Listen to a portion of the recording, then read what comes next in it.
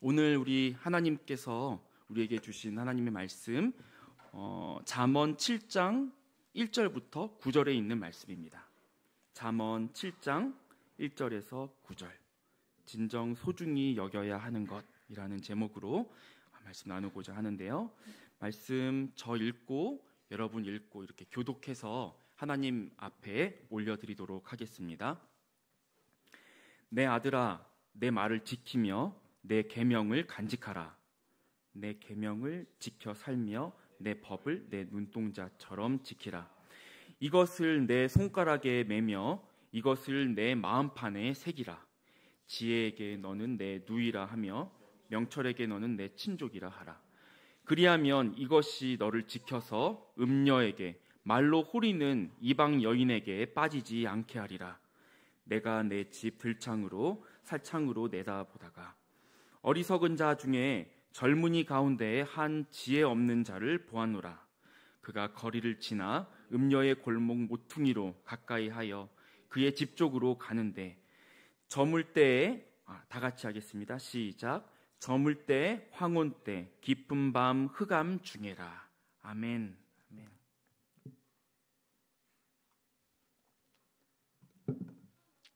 제가 이 문과 이과가 고등학교 때 나뉘잖아요. 제가 원래 문과였어요. 문과였다가 이과였다가 예체능 갔다가 그렇긴 했는데 제가 문과였다가 이제 고3 되면서 이과로 전과를 했습니다. 흔한 경우는 아니에요. 그렇죠? 이과에서 문과로 가는 친구들은 이게 종종 있었는데 이제 문과에서 이과로 이렇게 가는 사람들은 별로 없었고 또 저희 학교에서도 제가 유일했어요. 이게 왜 그러냐면 이과로 가면 이제 우리의 과목 수많은 과목이 있지만 수포자라는 단어를 생성시킨 그 수학이 있는데요. 수학 공부 범위가 한 2배 이상으로 늘어납니다. 거기에는 이제 미분과 적분이라는 단원 그리고 벡터라고 하는 만만하지 않은 단원들이 포함되어 있었고 또 과학 탐구 과목 같은 경우에도 이제 물리 2, 화학 2, 생물 2, 지구과학 2 같은 과목을 선택을 2개씩 해야 하는데요. 여기에 담긴 내용들이 이전의 과학 지식들이 기초가 되어 있지 않으면 함께 못하게 되는 함께 못하게 되는 연쇄 작용이 일어나서 이제 내용을 잘 이해하지 못하면 선택하기가 참 쉽지 않았던 것이죠. 그렇기 때문에 이과로 넘어오는 친구들은 별로 없었습니다. 어쨌거나 전 넘어갔고 공부를 시작했는데 역시나 쉽지 않았습니다. 이제 특별히 화학 2 같은 경우에 이제 화학 2 화학식을 이렇게 배우면서 거의 새로운 외국어를 배우는 것 같았어요. 새로운 언어를 익히는 것 같았습니다. 아주 난감했죠. 정말 이해하기가 쉽지 않았어요. 전자가 어디를 이동하고 플러스 마이너스 갑자기 왜 2 플러스인지 왜 2 마이너스인지 그거 뭔지 도대체 정말 이해하기가 어려웠죠. 그렇게 입시 공부를 해 나가고 있을 그 시기에는 이제 인터넷 강의라고 하는 게 부음이었습니다.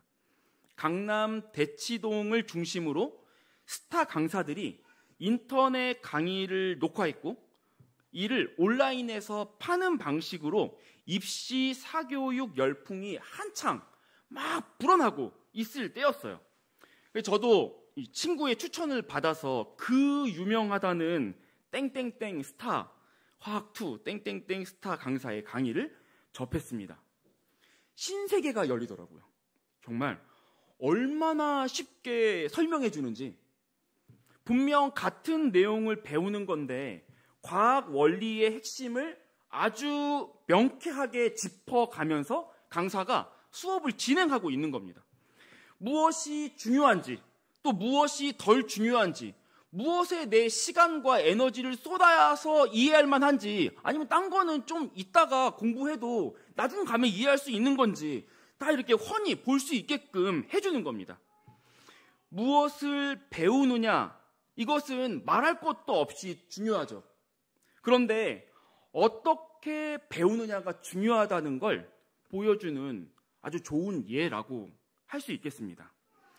우리도 성도 그리고 하나님의 자녀로서 어떤 내용을 살아가야 하는지 귀에 못이 박히도록 듣습니다. 또 읽고요. 묵상하면서 보고요.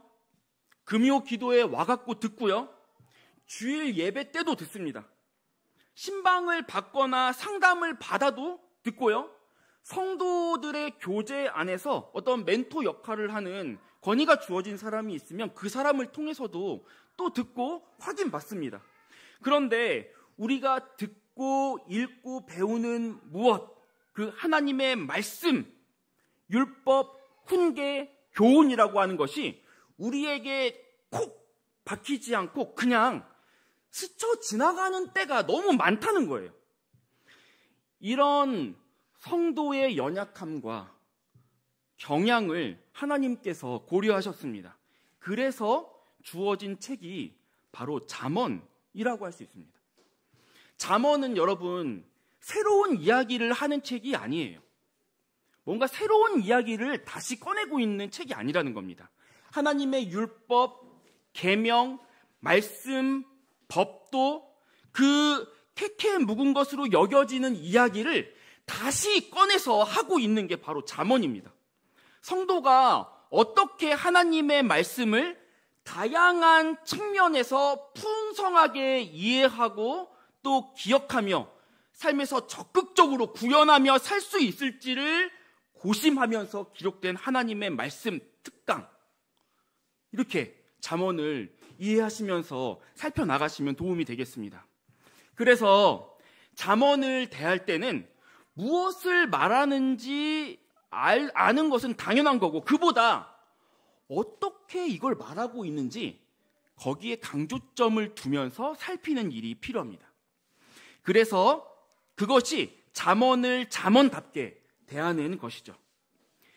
익숙했던 것을 낯설게, 그러나 익숙했던 그것을 가르쳐서 새로운 생기를 가지고 말씀을 살아내도록 성도를 막 자극하는 책이 바로 잠언이라는 것입니다. 오늘 살펴볼 본문도 그동안 다른 모든 성경에서 말하는 진리를 다시 말해주고 있습니다. 그 진리를 우리에게 어떻게 말하고 있는지 살펴볼 필요가 있겠고요. 성령께서 사랑하는 성도에게 어떤 자극을 주고 싶어 하시는 것인지 우리가 알아가 보려고 합니다. 1절에서 4절까지의 말씀인데요. 아까 읽었지만 다시 한번 우리 한 목소리로 읽겠습니다. 시작. 내 아들아, 내 말을 지키며 내 계명을 간직하라.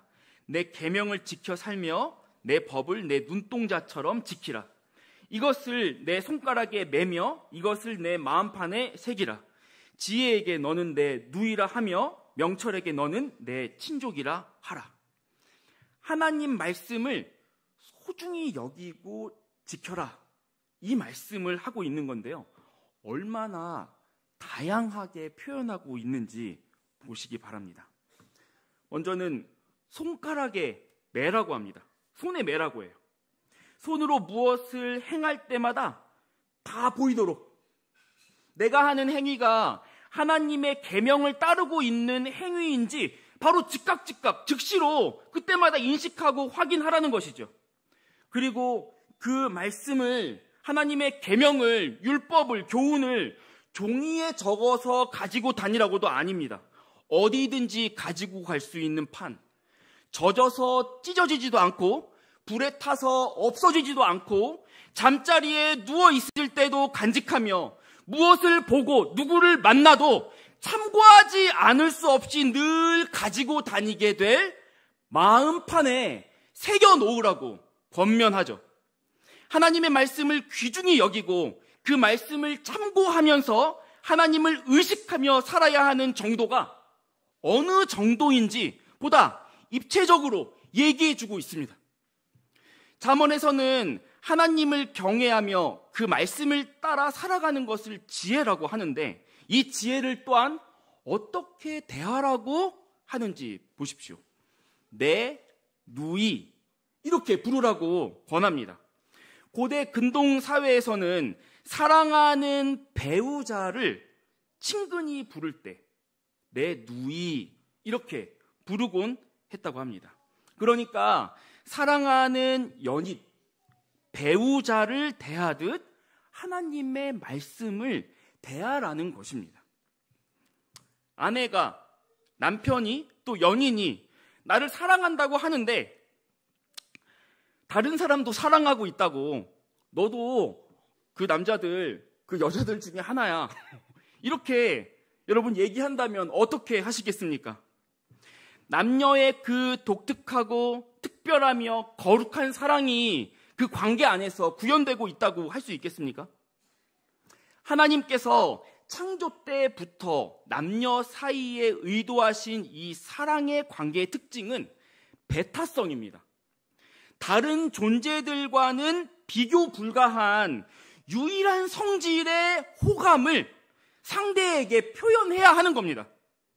성경은 지금 그렇게 권하고 있는 겁니다. 성도인 우리가 하나님의 말씀을 대하는 애정이라고 하는 건 다른 것들을 향한 애정과는 질적으로 완전히 달라야 한다라는 얘기를 하고 있는 것이죠. 또 무엇처럼 지키라고 권합니까? 눈동자처럼 지키라, 이렇게 권합니다. 세번역 성경에서는 이 의미를 보다 분명하게 번역해 놓았는데요. 내 명령을 지켜서 잘 살고 내 교훈을 너의 눈동자를 보호하듯 지켜라, 이렇게 얘기합니다. 교훈, 즉 하나님의 말씀, 계명을 눈동자를 보호하듯이 보호해야 한다, 이렇게 권하는 것이죠. 여러분, 눈동자, 우리 신체의 부위 중에 가장 부드러운 기관 중에 하나입니다. 다른 데는 좀 이렇게 쓸려도 내구성이 있어갖고 묻어나게 넘어갈 수 있거든요. 괜찮아 하고 넘어갈 수 있는데요. 또 발 뒤꿈치 같은 경우 한번 생각해 보십시오. 웬만한 거엔 자극을 느끼지 않을 정도입니다. 무술인 중에서 어떤 사람은 뜨거운 모래에다가 손을 막 이렇게 넣어갖고 단련시켜서 고통을 많이 느끼지 않은 채로 강철을 막 부수고 이렇게 하는 무술인도 있습니다. 그런데 눈동자는 다르다는 겁니다. 모르고 옷깃만 살짝 스쳐도 얼마나 쓰라린지 모릅니다. 한참 동안 눈물을 흘리면서 눈을 감고 있어야 하죠. 그렇다고 굳은 살이 생기라고 단련시킬 수도 없습니다. 각막은 살도 아닐 뿐더러 굳은 살처럼 덧대인 살이 생긴다면 사물의 시각적인 자극을 받아들여야 하는 그 고유의 기능을 잃게 되겠죠. 그래서 눈을 보호할 수 있도록 몇 가지 장치들이 있습니다. 먼저 눈썹이 땀 같은 액체가 눈으로 들어오지 않도록 막아주고요. 거기서도 걸러지지 않을까봐 속눈썹이 또 있습니다. 속눈썹이 다시 한번 막아주고요. 그것마저 안 되면 눈꺼풀이 있어서 눈의 입구를 이렇게 막아줍니다. 막아주고요. 그것도 갑자기 이물질이 갑자기 덤벼오면 무조건 반사라고 해서 우리 뇌에서 명령을 내리기도 전에 눈이 저절로 닫힙니다. 그리고 혹 이물질이 완전히 들어와 버려갖고 이거 어떻게 될지 모르겠으면 눈물샘에서 눈물이 막 나오죠. 그리고 그 이물질이 눈에서 빨리 빠질 수 있도록 장치가 막 작동을 하는 겁니다. 하나님께서 정말 기가 막히게 잘 만들어 놓으셨어요. 기가 막힙니다. 눈동자 하나 지키기 위해서 몇 가지 장치가 있습니까? 놀라운 인체의 구조와 생리 반응이 눈동자 하나를 보호해내고 있다는 것입니다. 지금 하나님께서는 이토록 철저하게 눈동자를 보호하듯이 하나님의 말씀을 우리 속에 간직하고 너희가 보호해야 한다. 새겨진 그 말씀을 너희가 보호해야 한다 라고 말씀하시는 것이죠. 하나님의 말씀이 우리를 보호하기도 하지만 우리가 그 말씀을 소중히 보호하며 간직해야 한다는 것입니다. 그렇지 않으면 하나님의 말씀이 지닌 그 보드라운 결을 우리의 정욕이 왜곡시키기 때문입니다. 하나님 말씀 자체가 그만한 내구성도 없다는 뜻은 결코 아닙니다. 마음 밭에 떨어진 말씀이 가시와 찔레에 막혀 결실하지 못하듯이 하나님의 말씀은 여상하고 여전하고 늘 능력과 권능이 충만할지라도 우리 속에서부터 결실하는 진실하고 내적인 생명의 삶을 우리가 결코 누릴 수 없다 이 말이죠. 그렇기에 세심한 주의를 기울여서 하나님의 말씀을 받아들이고 그 말씀을 신경 쓰고 그 말씀을 인식하고 붙들어야 하는 것입니다.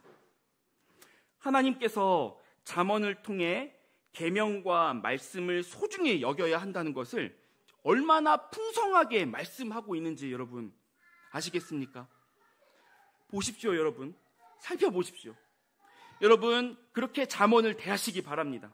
여러분, 이 내용을 뭐라고 요약할지 고민이 많이 됐습니다. 도리어 요약하는 것이 잠언이 이야기하고 있는 이 풍부함들을 해칠까 염려가 되었기 때문입니다. 하지만 여러분 기억하시기 바랍니다. 첫 번째 포인트입니다. 하나님의 성도는 하나님의 계명, 그 말씀을 그 무엇보다 소중히 여겨야 합니다. 다시 한번, 하나님의 성도는 하나님의 계명, 그 말씀을 그 무엇보다, 그 어떤 것보다 소중히 여겨야 합니다.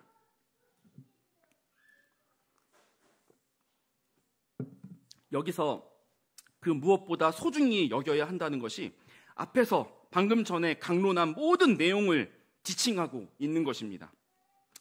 다른 대상을 사랑하는 것과는 질적으로 다른 애정을 가지고 말씀을 대해야 한다는 것이죠. 우리의 일상 매 순간에 우리의 행위와 동시에 하나님의 말씀이 인식되도록 해야 한다는 것이고, 세상의 유혹과 우리의 탐심이 말씀의 원형을 왜곡시키지 않도록 지극히 소중하게 간직하며 삶에서 구현해내려고 애쓰는 신앙, 그런 신앙이 되어야 한다는 것입니다. 이것이 잠언을 통해서 하나님께서 다양한 방법으로 여러 번 강조해서 말하고 있는 메시지입니다.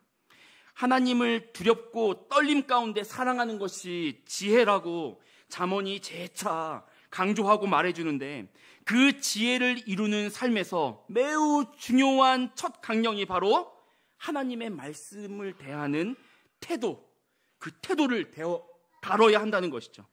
그 태도는 그 무엇보다 소중한 보물로 하나님의 말씀을 대하라고 권하고 있는 것입니다. 이 잠언, 이 저자, 잠언의 화자는 계속해서 특강을 이어갑니다. 이어서 드라마 한 편을 보여줍니다. 아주 의미심장한데요. 함께 보려고 합니다. 5절에서 9절인데요. 함께 한 목소리로 읽어 올려드리겠습니다. 시작. 그리하면 이것이 너를 지켜서 음녀에게 말로 호리는 이방 여인에게 빠지지 않게 하리라. 내가 내 집 들창으로 살창으로 내다보다가 어리석은 자 중에 젊은이 가운데 한 지혜 없는 자를 보았노라. 그가 거리를 지나 음녀의 골목 모퉁이로 가까이 하여 그의 집 쪽으로 가는데 저물 때 황혼 때 깊은 밤 흑암 중에라. 말씀 특강을 이어가는 저자가 한 사람을 봅니다. 어리석은 자 중에 젊은이 가운데에 한 지혜 없는 자. 이제 공동 번역을 보면 이 부분을 더 실감나게 번역했거든요. 이렇게 했습니다. 어수룩한 젊은이들 가운데 한 지각 없는 철부지가 눈에 띄더라. 세상 물정 모르는 순진한 남자애들 중 한 사람이 쫙 클로즈업해서 들어가는 거죠. 근데 그 남자 청년이 철이 덜 들었어요. 이 지각이 없습니다. 판단을 아예 그 생각을 안 하는 것 같아요. 자신에게 무엇이 좋은지 나쁜지 분별을 못합니다. 자기 행동이 어떤 결과를 불러일으키는지 충분히 심사숙고하는 훈련이 안 되어 있는 사람이죠. 이야기를 해주는 지혜자가 창문을 이렇게 내다보니까 이 사람이 보이더라 이겁니다. 이 사람이 어디로 가고 있습니까? 사람들이 분주하게 움직이고 있는 거리를 지나서 인적이 드문 골목으로 들어갑니다. 한 집 앞으로 가는데요, 더 읽어보면 알겠지만 거기는 이방 여인의 집입니다. 해가 뉘엿뉘엿 져갈 때, 어둑어둑해질 때 그 남자가 거기로 가더라, 이겁니다. 이 사람의 결국 그 끝이 어떤지 이 이야기의 말미에 아주 분명하게 알려줍니다. 잠언 7장 26절에서 27절인데요. 제가 읽겠습니다. 대저 그가 많은 사람을 상하여 엎드러지게 하였나니 그에게 죽은 자가 허다하니라. 그의 집은 스올의 집이라. 사망의 방으로 내려가느니라. 스올의 길이라고 합니다. 스올은 히브리어고요. 헬라어로 하면 게헨나인데요. 우리말로 하면 성경에 음부라고 많이 번역되어 있습니다. 우리 인간이 육체적으로 죽음을 맞이해서 영혼과 육체가 분리되면 구원을 얻지 못하는 자들이 예수님의 재림으로 지옥이 완성되기 전까지 지옥의 맛을 영혼으로 경험하는 곳, 그곳이 바로 게헨나, 음부, 스올이라고 하는 것입니다. 지옥의 예고편이다, 지옥 예고편이다, 이렇게 보시면 됩니다. 다른 말로 죽는다 이건데 그냥 사망이 아니라 그 끔찍한 고통이 불붙는 지옥으로 갔다, 그 사람이 바로 그 지옥으로 갔다, 이렇게 얘기하고 있는 것이죠. 이 얼마나 끔찍한 일입니까? 그런데 여러분, 중요한 것은 우리에게는 다른 희망이 있다는 것입니다. 이런 끔찍한 결말로부터 보호받을 수 있다라고 하는 것이죠. 5절입니다. 그리하면 이것이 너를 지켜서 음녀에게, 말로 호리는 이방 여인에게 빠지지 않게 하리라. 앞서 살펴본 대로 하나님의 말씀을 다른 무엇보다 소중히 여기면서 생활하면 그 말씀이 이 끔찍한 길로부터 우리를 보호한다, 이렇게 얘기하는 것입니다. 눈동자처럼 우리가 보호하여 간직한 그 말씀이 이제 보니까 그 말씀이, 내가 보호했던 그 말씀이 이제는 나를 보호한다, 이렇게 얘기하는 것이죠. 그런데 우리가 계명을 지키는 일을 방해하는 적이 있어요. 분명히 있습니다. 이 스올로 좌로나 우로나 치우치지 않고 스올로 걸어가도록 유혹하는 적이 있다, 이 말입니다. 이방 여인이라고 표현된 존재인데요, 앞서 잠언의 저자는 지혜를 내 누이, 제가 배우자라고 했죠, 배우자를 부르는 친근한 언어라고 했습니다. 내 누이, 배우자로 여기라고 지혜자가 권했습니다. 이 음녀 혹은 이방 여인은 이 지혜를 대적하는 존재로 대비시키고 있는 것이죠. 물론 1차적으로 잠언은 젊은 남성을 주요 청중으로 여기면서 실제 이방 여인, 음녀, 창녀 조심해야 한다, 이렇게 권면하고 있다고 볼 수 있습니다. 그런데 지혜를 여인으로 의인화하며 곳곳에서 말하고 있는 것을 볼 때 여기서도 단순한 이방 여인 그 자체라기보다도 보다 확장된 의미로서 하나님의 계명을 쫓지 못하도록 시험하는 존재로 보는 것이 타당하고 유용합니다. 여러분, 위에서 이 음녀가 한 사람을 어떻게 나락으로 끌고 가는지 그 과정을 살폈는데, 이 과정을 5절에서 한 단어로 표현하고 있습니다. 호리는, 호린다, 이렇게 표현한 것인데요, 히브리어로는 하말크라는 단어가 사용되었습니다. 이 하말크는 아첨하다, 마구 칭찬하다, 알랑거리다, 그리고 치켜 세우다, 이런 뜻을 가지고 있습니다. 한 사람을 추락시키는데 지혜의 대적자가 사용하는 전략이 무엇인지 지금 말하고 있는 것입니다. 망하는 길인 줄 알면서 그 길 걸어가는 사람 있나요? 모르고 가는 거죠. 어떻게 모를 수가 있죠? 하말크로 현혹되기 때문입니다. 누군가가 마구 칭찬하고 치켜 세워주고 아첨하면서 다가오면 우리 속에 지혜의 세력이 축소된 틈을 타서 그 영향을 발휘하지 못하도록 허영심이 우리 안에서 막 부추겨지는 것이죠. 이것이 바로 원수가 사용하는 책략이라는 겁니다.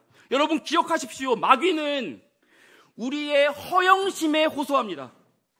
마귀는 우리의 허영심에 호소합니다. 화려하고 찬란하고 이전에는 전혀 꿈꿔보지 못한 뭔가 새로운 거, 막 이전과 다른 나를 막 만날 것 같고 그 누구도 알지 못했던 나의 새로운 면모들이 막 드러나서 남들 코를 막 납작하게 해줄 수 있을 것 같은 이상한 쾌감 같은 거, 이런 것들이 함께 막 일어나는 것이죠. 이런 기대감에 붙은 새로운 시도들이 여러분 물론 유익할 때도 있습니다. 많은 믿음의 선조들이 그런 기대감을 가지고 자신에게 익숙하던 것을 떠나 믿음의 길이라고 부르는 그 험난한 여정을 떠났죠. 그렇지만 그들을 들뜨게 한 건 하나님의 말씀과 약속이었습니다. 그들은 결코 허영심에 따라 움직이지는 않았습니다. 아브라함의 믿음의 여정을 기억하십니까? 그는 하나님의 말씀과 약속을 따라 익숙하던 본토 친척 아비집을 떠나 하나님이 지시할 땅으로 떠났습니다. 그러나 그는 가는 곳을 알지 못했습니다. 성경은 그가 갈 바를 알지 못하고 갔다, 이렇게 증언하고 있습니다. 하나님을 향한 기대감은 있었을지 몰라도 허영심이 그 가운데 엿보이지 않는 것입니다. 어떤 결과일지도 모르는 것이죠. 그는 도리어 하나님의 말씀을 따라 하나님께서 약속에 실어주신 그 약속의 결정체였던 비전의 아들 이삭을 번제로 바쳤습니다. 허영심이 비집고 들어갈 틈을 주지 않은 것이죠. 그는 도리어 허영심이 들어오는 것을 철저하게 차단했습니다. 자신의 조카 롯이 그돌라오멜과 그 일행에게 납치되어서 아브라함이 자신에게 훈련된 400명의 용사들을 데리고 구하러 갔을 때 그들을 다 처부수고 돌아오는 아브라함에게 소돔 왕이 전쟁의 모든 전리품을 아브라함에게 가지라고 하였으나 아브라함은 이렇게 말했습니다. 창세기 14장 22절 23절입니다. 아브라함이 소돔 왕에게 이르되 천재의 주제이시오 지극히 높으신 하나님 여호와께 내가 손을 들어 맹세하노니 내 말이 내가 아브라함으로 치부하게 하였다 할까 하여 내게 속한 것은 실 한 오락이다 들매끈 한 가닥도 내가 가지지 아니하리라. 소돔 왕, 당신이 나를 부자가 되게 만들었다는 평가와 소문, 나 그거 어디서도 듣고 싶지 않습니다. 내가 나를 통해 높아져야 할 분은, 영광받아야 할 분은 여호와밖에 없어요. 이 얘기를 하는 겁니다. 아브라함 안에 하나님의 말씀과 약속이 있었기 때문에 그 말씀과 약속이 아브라함을 허영으로부터 지켜낸 것입니다. 아브라함에게 생명의 역사가 계속 이어졌다는 말입니다. 계속 말씀드립니다. 여러분, 허영으로부터 우리를 지켜내야 합니다. 허영으로부터 우리를 지켜내야 합니다. 하나님께서는 십자가를 떠나 그것보다 더 영광스러운 길을 개척하도록 자극하시지 않습니다. 도리어 십자가를 감당하라고 하죠. 잠깐 빛나고 마는 헛된 영광이 아니라 진짜 영광으로 이끄시는 겁니다. 고난은 인내를 낳고 인내는 연단된 인격을 낳고 그 인격이 우리에게 한없는 사랑을 부어주시는 성령으로 말미암아 영원한 소망이 되는 그 자리에, 그 동일한 자리에 우리를 똑같이 또 놔두시는 겁니다. 그래서 이 땅에서도 그리고 천국에서도 영원히 밝게 빛날 영혼을 우리 안에 조각해 나가시는 것이죠. 한치의 흐트러짐도 없이 하나님께서 우리에게 약속하신 영광은 이런 영광입니다. 다른 영광에 자꾸 기웃거리려는 우리의 탐심과 정욕이 계속해서 십자가에 못 박혀져야 하는 이유이지요. 남들이 좀 알아주지 않고 깔보면 어떻습니까? 그것이 우리의 진짜 영광을 조금도 상하게 할 수는 없는 것입니다. 하나님께서 부르시고 보낸 자리 묵묵히 감당하며 어제보다 오늘 우리의 영혼이 믿음으로 고양되고 있다면 하나님께서 어찌 성도를 작게 여기시겠습니까? 하루하루 똑같이 돌아가는 일상, 밥하고 빨래하고 애 보고 돈 벌고 이뿐이겠습니까? 때때로 도망치고 싶은 일상과 현실, 그거 맡은 자리에서 눈물의 기도로 씨름하면서 나아가는 성도를 여러분 하나님께서 가볍게 대하시겠습니까? 남편도 아내도 부모도 자녀도 친구도 동료도 우리가 버텨내는 헌신을 싸그리 무시하고 아무런 변화 없이 똑같이 그가 하고 있는 잘못, 그 연약함들 똑같이 우리에게 비춰주고 있을 때 지고 있던 십자가 버리고 뛰쳐나가고 싶은데 참고 앉아서 그 얼굴 다시 뜯어보면서 사랑할 구성 뭔지 다시 한번 생각하고 끌어안아주는 성도의 치열한 믿음, 여러분 하나님 보기에 그거 안 이쁘겠습니까? 성경이 말하는 영광은 이런 것입니다. 마귀는 우리의 허영에 호소하지만 진리는 우리 인내에 호소하며 진짜 영광을 빚어가는 겁니다. 이런 일이 누구에게 이루어진다고 합니까? 그리하면 그것이 너를 지켜서 하나님의 말씀 계명을 그 마음판에 새긴 자에게, 그 새겨진 말씀이 우리의 허영을 부추기며 우리 탐심과 정욕을 자극하는 마귀와 세상으로부터 지켜준다고, 영원한 죽음과 그 세력으로부터 지켜준다고 하는 것입니다. 여러분 기억하십시오. 두 번째 포인트입니다. 하나님의 성도는 계명, 말씀을 통해 허영을 자극하는 세상으로부터 보호될 수 있습니다.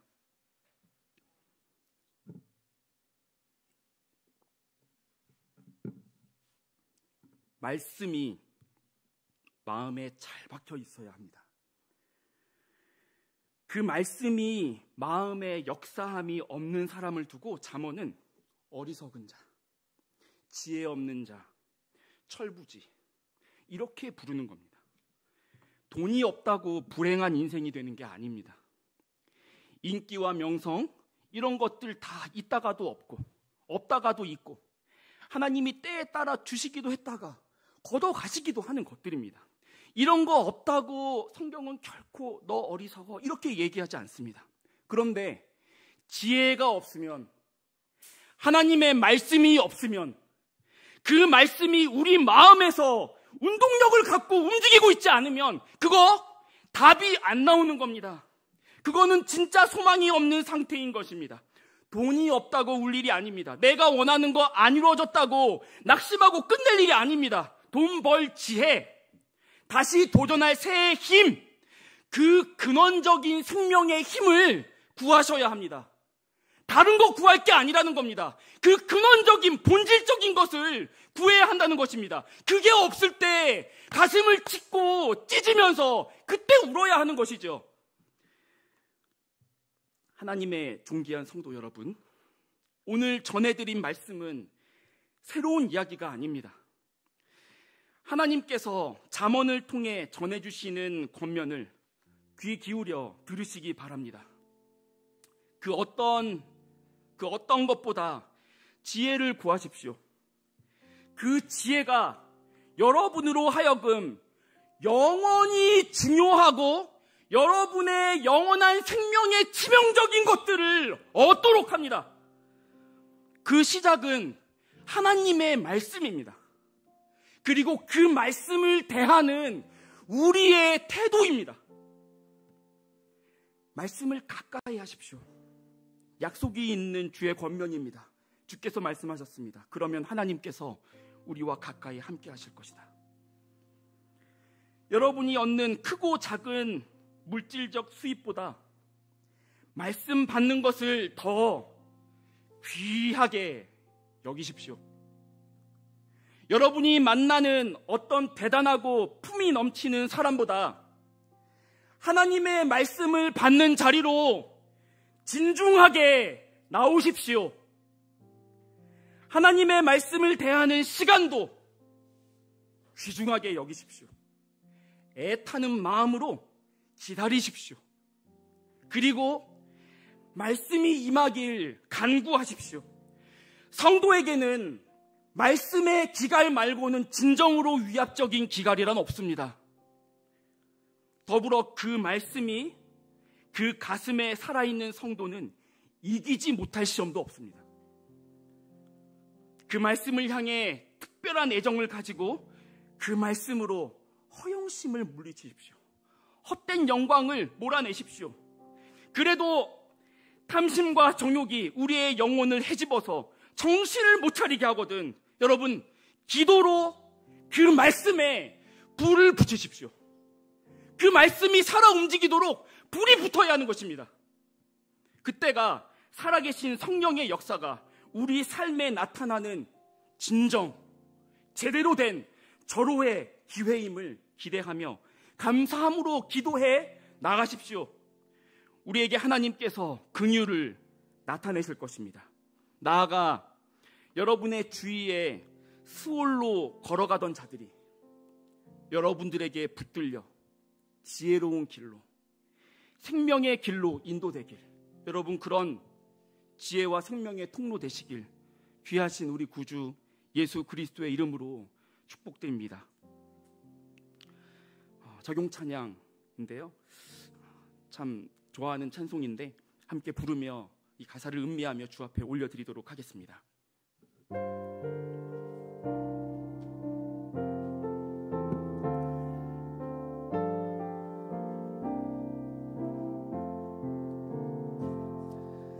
달고 묘한 그 말씀, 생명의 말씀은 귀한 그 말씀 진실로, 생명의 말씀이 나의 길과 믿음 밝히 보여주니, 아름답고 귀한 말씀 생명샘이로다. 아름답고 귀한 말씀 생명샘이로다. 귀한 주님의 말씀은, 귀한 주님의 말씀은 내 노래 되도다. 모든 사람을 살리는 생명의 말씀을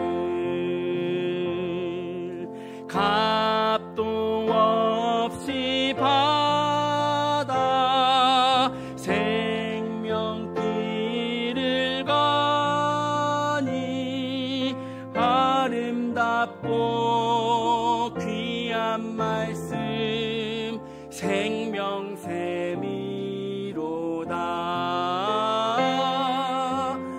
아름답고 귀한 말씀 생명샘이로, 널리 울리어 퍼지는, 널리 울리어 퍼지는 생명의 말씀은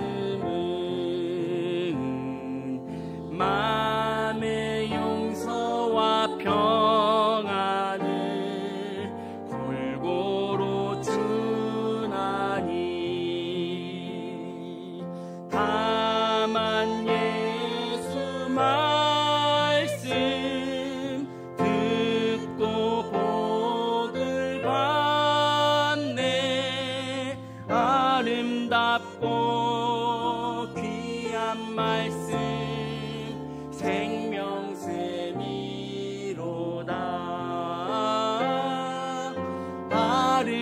아름답고 귀한 말씀 생명샘이, 아름답고 귀한 말씀 고백하겠습니다. 아름답고 귀한 말씀 생명샘이로다.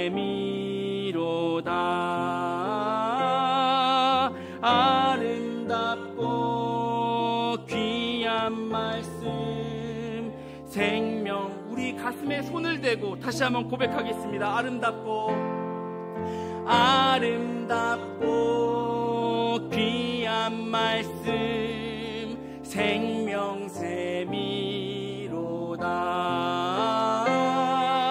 아름답고 귀한 말씀 생명샘이로다.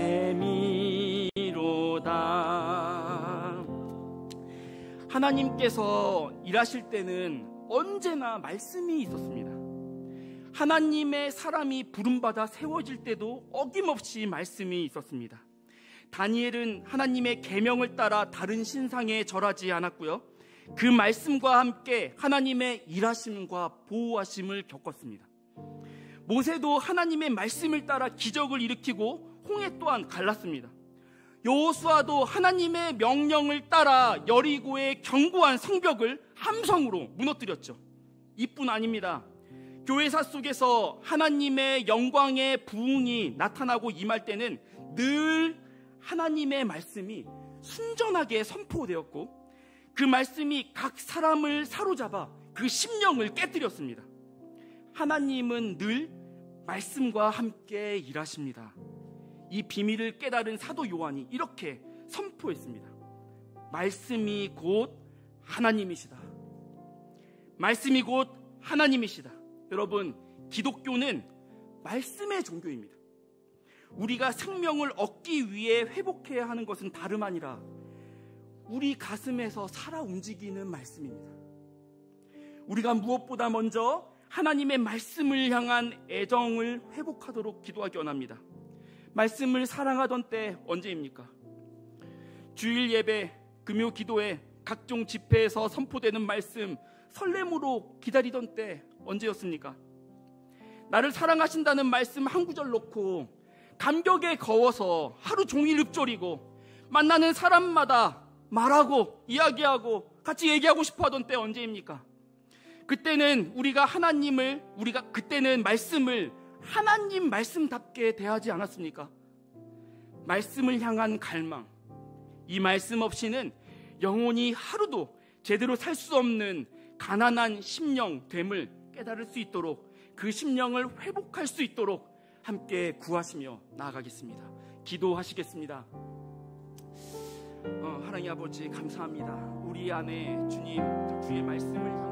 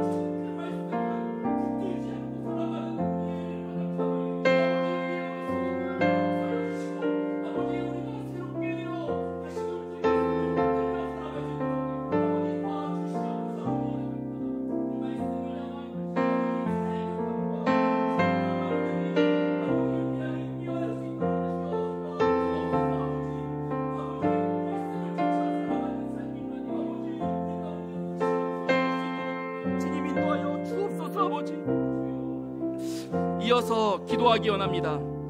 의예나무 공동체, 의예나무 신앙 공동체, 교육 공동체, 이 공동체가 무엇보다 말씀을 사모하는 공동체가 되도록 기도하기 원합니다.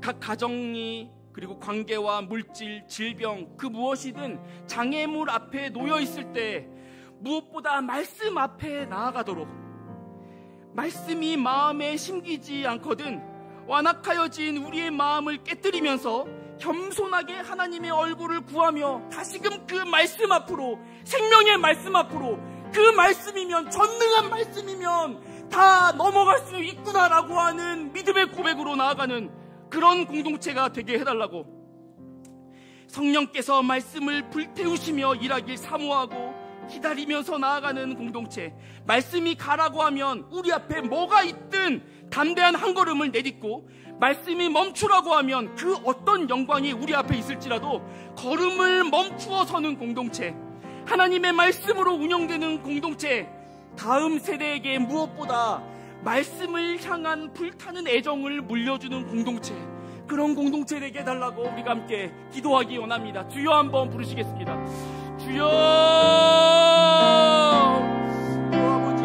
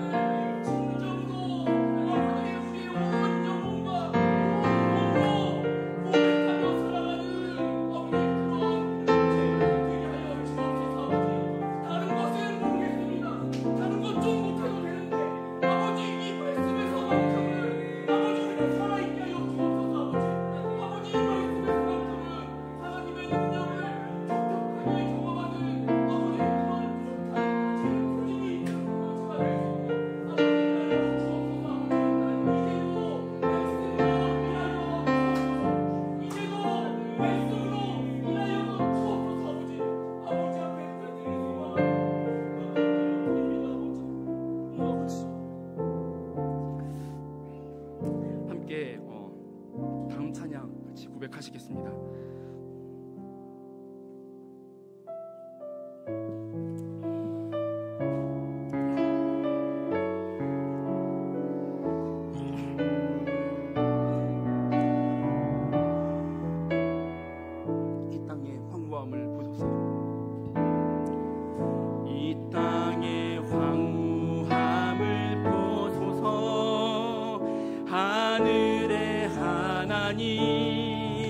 긍휼을 베푸시는 주여, 우리의 죄악 용서하소서.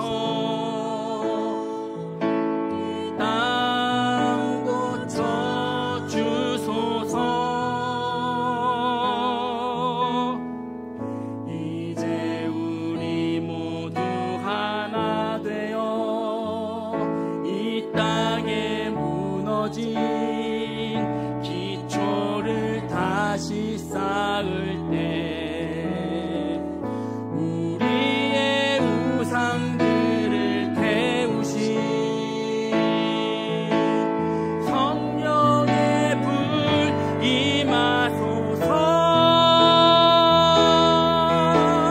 흥의 불길 타오르게 하소서.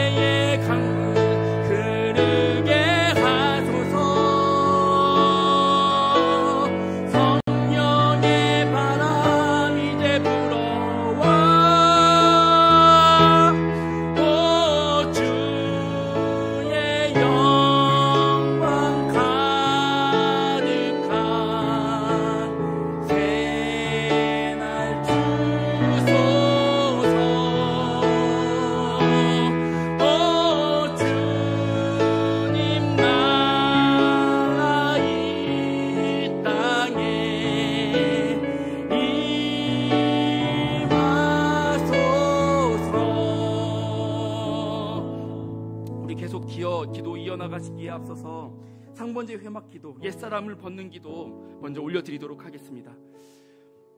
다같이 한 목소리로 읽어 올려드리겠습니다. 시작. 육체의 정욕, 안목의 정욕, 이생의 자랑을 사랑하는 마음을 버리게 하소서. 잘 먹고 잘 사는 것이 전부인 양 속이며 그 모든 풍요 또한 하나님께로부터 주어진 것임을 짐짓 있게 하는 세상의 속임수를 분별하게 하소서. 우리의 마음 안에 허영을 쫓고 갈망하도록 자극하는 거짓들을 성령의 불로 소멸시켜 주시옵소서. 그래서 세상이 아니라 살아계신 하나님을 진실하게 사랑하며 살아가는 성도들이 되게 하소서. 아멘. 여러분, 마귀는 우리 육체에 호소합니다. 몸이 온갖 호강을 구가하면 그것이 영화로움의 극치라고 유혹합니다. 사람들이 찬사를 보내면 우리 자신 그 자체가 영광을 입을 만한 존재임을 입증하는 듯 그렇게 유혹합니다. 이 땅 사는 시간 동안만 행복하면 그것이 다인 양 속여서 죽음 이유를 못 보게 해서 진짜가 무엇인지 분별하지 못하게 하고 진짜를 이 땅 살면서도 추구하며 살지 못하도록 방향을 완전히 상실시켜 버리는 것이죠. 이 온갖 전략이 우리의 허영심, 헛된 영광을 구하는 마음과 만날 때 바로 그 일이 이루어지는 겁니다. 마귀의 역사가 일어나는 것이죠. 무릇 지킬 만한 것보다 우리의 마음을 지키도록 기도합시다. 헛된 영광의 끝이 무엇인지를 깨닫고 하나님의 계명과 말씀으로 바르게 중심이 잡히도록, 그 말씀으로 세상이 주는 생각들을 거절하고, 또한 허영에 휘둘리는 가운데 깨어진 우리 영혼이, 우리 가정이, 우리가 품어야 할 가족과 이웃이 진리로 각성되어서 하나님 말씀 앞에 설 수 있도록 함께 기도하기 원합니다. 주여 한번 부르시겠습니다. 주여!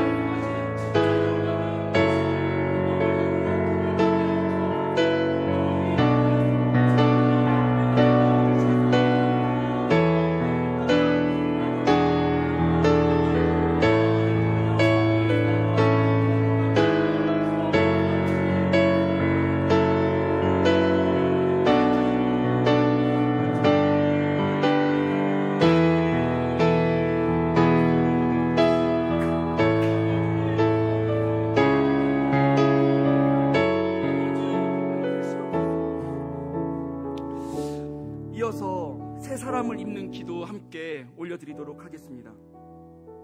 시작.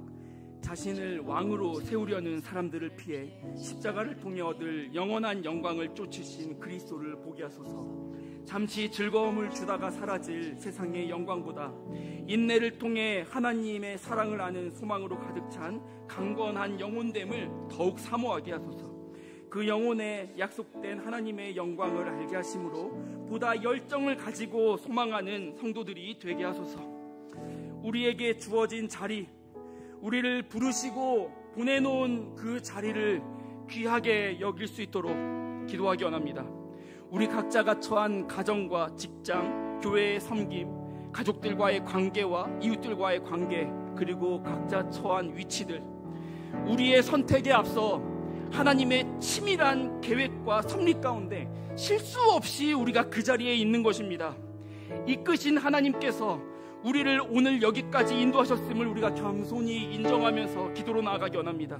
그 자리는 우리의 낙심과 실패와 슬픔을 위해서 계획된 자리가 아니라 진실한 영적 성장과 영원한 영광을 위해서 하나님께서 보내신 자리임을 기억하며 감사함으로 하루하루 그 십자가를 짊어질 수 있도록 기도하기 원합니다.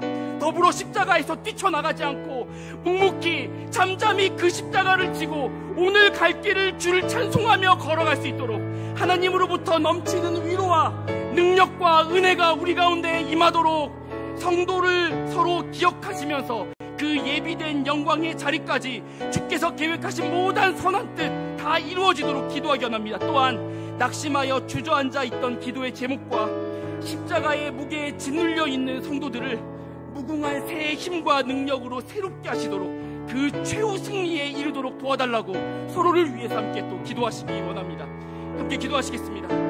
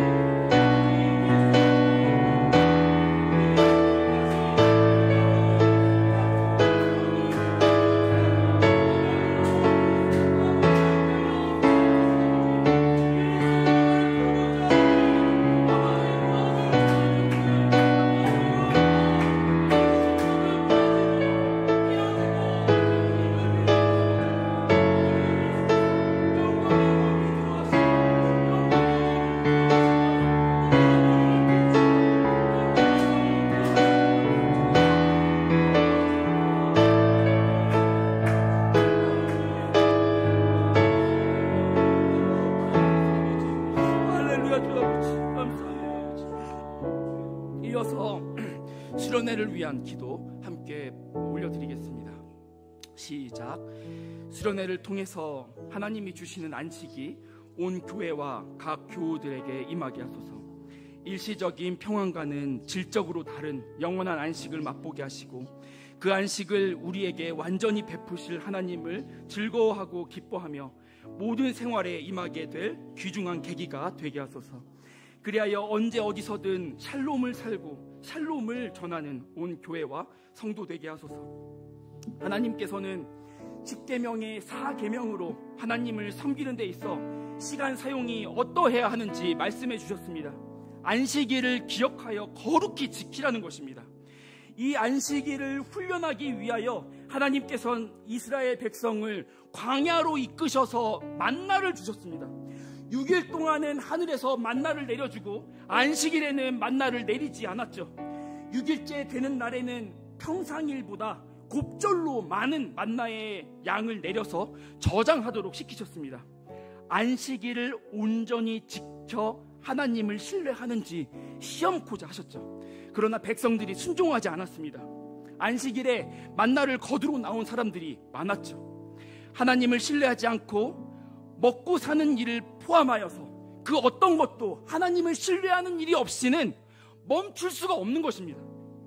하나님이 잠자지도 않고 피곤치도 않으시며 여전히 살아계심으로 자녀를 돌보고 계심을 믿는 신뢰의 표현이 안식일을 지키게 하는 것입니다.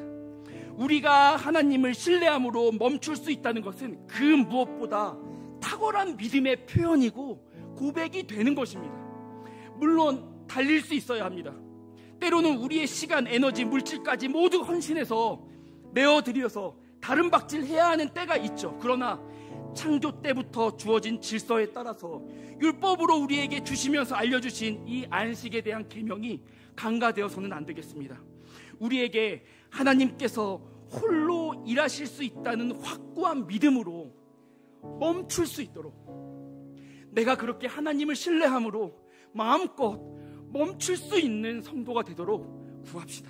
그래서 너희는 가만히 있어 내가 여호와됨을 알지어다 라고 선포하신 하나님의 말씀이 우리 가운데 역사하도록, 우리 한계와 장애를 뛰어넘어 내가 멈추니 그 한계와 장애를 뛰어넘어 역사하시고 동행하시는 행복한 하나님의 역사하심을 경험하는 행복한 의회나무 공동체가 되기를 우리가 함께 기도하기 원합니다.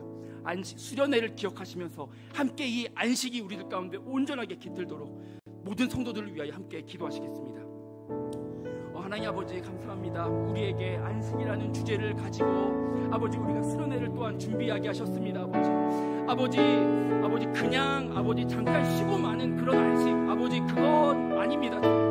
아버지 정말 하나님이 말씀하신 안식, 아버지 히브리서의 저자가 아버지 그 남은 안식이 있다라고 가리켰던 바로 그 안식, 아버지 죽음도 아버지 어떻게 하지 못하고, 아버지 때때로 우리가 보게 될 우리의 죄와 사망과 아버지 그런 연약함들이 역사하는 일들로도 결코 깨고 들어올 수 없는 하나님이 우리에게 주신 완전한 그 안식, 아버지 우리가 그 안식을 확신하는 시간이 되게 하여 주옵소서.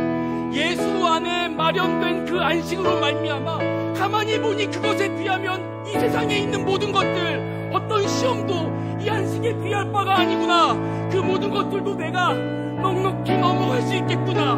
내 저 길 끝에는 푸른 초장이 있구나 라고 담대하게 외치며 갈 수 있는 아버지 아주 귀중한 계기가 될 수 있도록 이번 수련회를 사용하여 주시옵소서. 아버지 그렇게 아버지 남녀노소, 아버지 모든 어린아이부터 청년까지 모든 성도들이 하나님의 샬롬과 안식을 향하여 나아갈 수 있도록 주님 도와주옵소서. 아버지 그래서 그 안식이 있기에 아버지 하나님을 믿고 신뢰하기에 아버지 우리가 하던 일을 주 앞에서 담대하게 때로는 멈출 수 있도록 하여 주옵소서. 아버지 우리의 마음이 평안을 얻는 일들을 어떻게 우리 가운데 훈련해야 하는지 배워가고 알아가는 아버지 그런 담대한 성도들 될 수 있도록 아버지 그런 창조 질서에 주님께서 주신 유익함들을 온전히 온전히 누리면서 늘 그 새 힘의 회복을 맛보고 전하며 살아가는 아버지, 그런 아버지 우리 공동체가 될 수 있도록, 그런 온 성도 될 수 있도록 하나님 일하여 주시고 함께하여 주옵소서. 아버지 감사합니다. 아버지. 마지막 기도 제목입니다. 우리가 말씀을 우리 안에 소중히 간직하고 보호할 때 그 말씀이 우리를 지킵니다. 우리의 머리털까지 세어보시며 모든 안팎을 살펴 돌보시는 아버지가 우리 아버지이심을 우리가 잊지 않고 늘 그 품에 머물며 하루하루 생활하도록 기도하기 원합니다. 그리고 온 성도들이 그 평강 안에서 모든 생활을 이어갈 수 있도록 기도하기 원합니다. 더불어 의회나무 공동체를 위해 기도해 주시기 바랍니다. 이 공동체의 모든 필요를 아시는 주께서 우리의 구하는 것보다 넘치게 필요들을 채워주시도록, 눈에 보이는 것부터 보이지 않는 것까지 다 채워주시도록 기도하기 원합니다. 필요한 영적, 인적, 물적 자원들 다 보내주시고 채워주시도록 함께 기도합시다. 또한 담임 목사님과 사모님, 교장선생님 위해서 기도해 주시기 바랍니다. 성실히 주를 쫓으며 주신 사명 감당하는 가운데 넘치는 위로로 함께해 주시도록, 하나님의 영광을 진실하게 쫓는 가운데 하나님의 역사하심을 투명하게 증거하는 복되고 능력 있는 리더들 되도록 기도하기 원합니다. 또한 사명을 주시기에 앞서 자녀로 부르신 아버지의 그 지극한 사랑에 늘 충만해서 행복한 삶을 고백하며 살아가는 행복한 사역자들 될 수 있도록 기도해 주시기 바랍니다. 사역자들 놓고 기도해 주시기 바랍니다. 모든 상황을 아시는 주께서 가장 선한 것을 이루어 가실 줄 믿으면서 맡은 사명을 감당하게 하시고, 모든 섬김 가운데 지금 당장 보이지 않을지라도 반드시 주어질 영원한 영광을 소망하면서 임할 수 있도록 기도해 주시기 바랍니다. 보이지 않는 수고로 힘쓰는 그 섬김에도 하나님께서 넘치는 위로로 함께해 주시도록 기도해 주시기 바랍니다. 앞서 함께 기도한 정교인 수련회와 동시에 다음 세대를 위한 여름 성경학교도 열립니다. 아이들이 말씀에 진지하게 반응할 수 있도록 성령으로 그 마음을 열어주시고 하나님으로부터 오는 안식을 감각할 수 있도록, 어리지만 영으로 감각할 수 있도록 기도해 주시기 바랍니다. 그래서 그 안식을 사모하며 영적인 감각을 가지고 살아가는 그 삶 앞에 어떤 풍파 앞에서도 평안할 수 있는, 환난 중에 있는 이웃에게 도리어 그 평안을 끼치는 능력 있는 성도로 자라나도록 이 아이들이 그렇게 자라날 수 있도록 기도해 주시기 바랍니다. 각 성도의 육체의 건강을 위해서 기도해 주시고요, 가족, 친지들의 건강을 위해서도 기도해 주시기 바랍니다. 경제적으로 어려움에 처한 성도들에게 필요들을 채워주시고 위로함을 더하시도록 기도해 주시고요, 이사 준비 중인 가정도 있습니다. 순탄하게 모든 과정들 진행되도록 기도해 주세요. 결혼을 기다리지만 아직 문이 열리지 않은 성도들 결혼의 문 열어주시도록, 자녀를 기다리는 가정이 있다면 태의 문 열어주시도록, 또 부부관계에 있어서 진리 안에서 서로를 보다 뜨겁게 사랑하는 부부들이 되도록 기도해 주시기 바랍니다. 자녀들 건강 위해서 진리 안에서 밝고 건강하게 자라나도록, 질병이 있다면 고쳐주시도록, 또한 진리를 분별하며 바르게 자라나도록, 그리고 이들을 훈육하는 모든 부모들, 교사들 지혜 주시도록, 각 가정에 서로를 향한 순종하는 거룩한 문화가 세워지도록 기도해 주시기 바랍니다. 직장과 관계된 모든 생활에 성령의 능력과 지혜가 넘치는 온 교회와 성도 되도록 함께 의회나무 공동체를 위해서 기도하시겠습니다. 서로를 위해서.